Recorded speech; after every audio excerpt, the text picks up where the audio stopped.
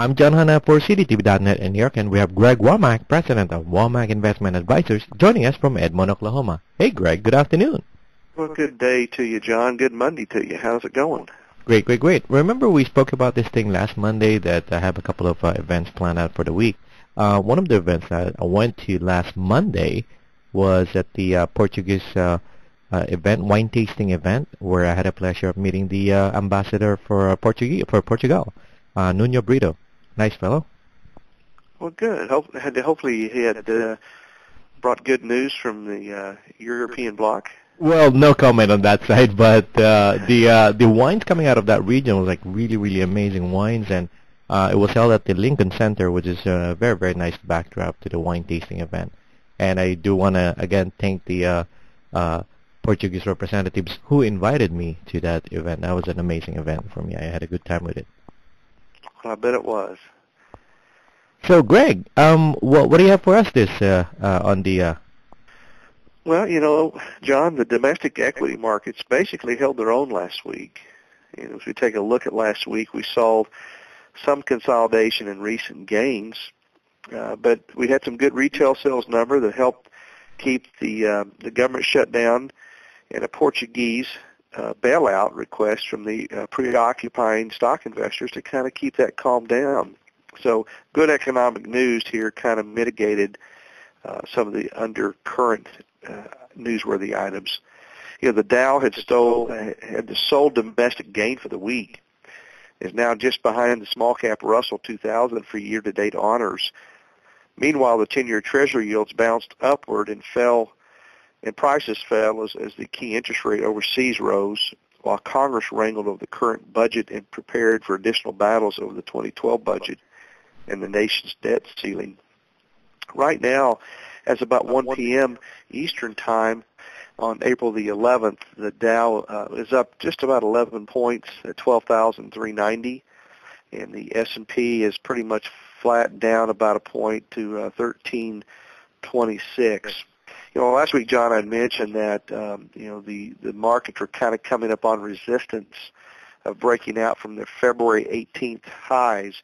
The Dow did move up past that, but is now back below as we speak at 12,390, which in February of this year was 12,391. Also, the S&P, the breakout level I have here is 1,344.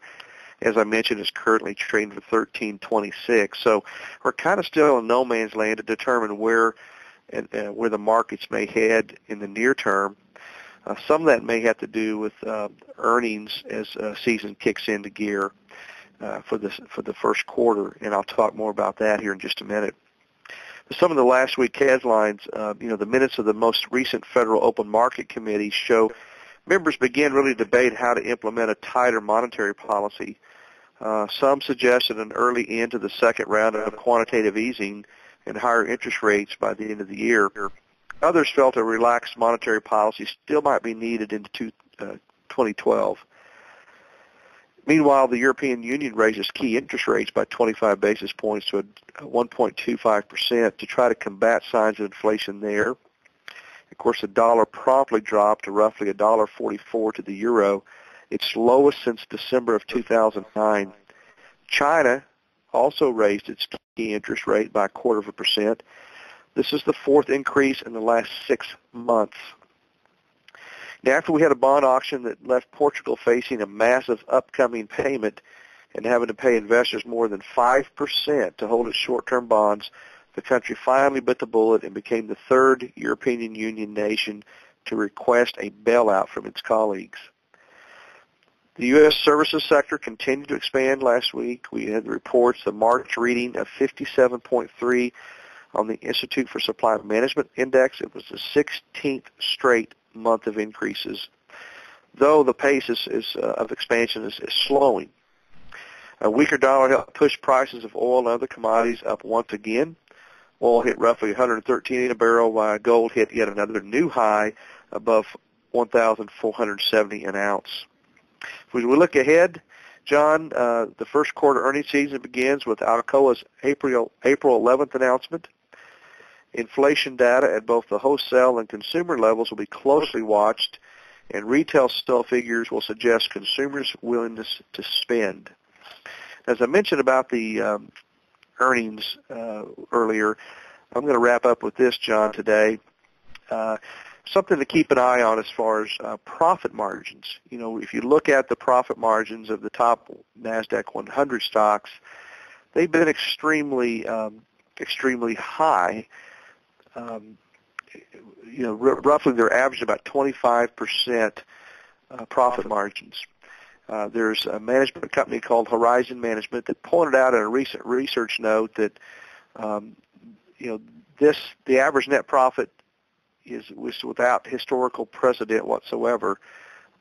Basically, what we need to look at is the fundamentals of profit margin being extremely high, and how long could they stay up at these levels.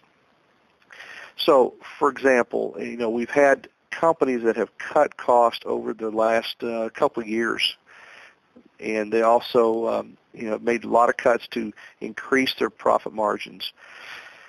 Then you throw in the recent rise in material cost. How will that affect margins? Well, more than likely, those could be getting a squeeze on their margins going forward. So earnings will have to increase substantially from this point. So if we see any disappointment in earnings or some forecast of rising costs, that may affect you know, the outlook here in the near term, and only time will tell. But I will just say it will be important for investors to be extremely picky on what they buy and at what price they pay for it. So are you saying that you're a little bit more cautious at this point? Well, I think there's just some headwinds out there that people just need to be aware of. You know, things don't continue in the same trend perpetually, or whether it's, you know, nice juicy profit margins. At some point, you know, we could see that come down, and that could affect the outlook and, of course, the domestic equity. But there are certain companies that are increasing their profit margins in certain sectors, and that's the ones you want exposure to. So just be careful. As we've seen, like I said, we haven't really seen a breakout of the markets at this point, and we might get some good news in this earnings season that might kind of propel that a little bit further. But I just wanted to mention one of the headwinds that we see that the markets face at this point. That's Greg Womack, President of Womack Investment Advisors, joining us from Edmond, Oklahoma. And I'm John Hanna for CDTV.net in New York.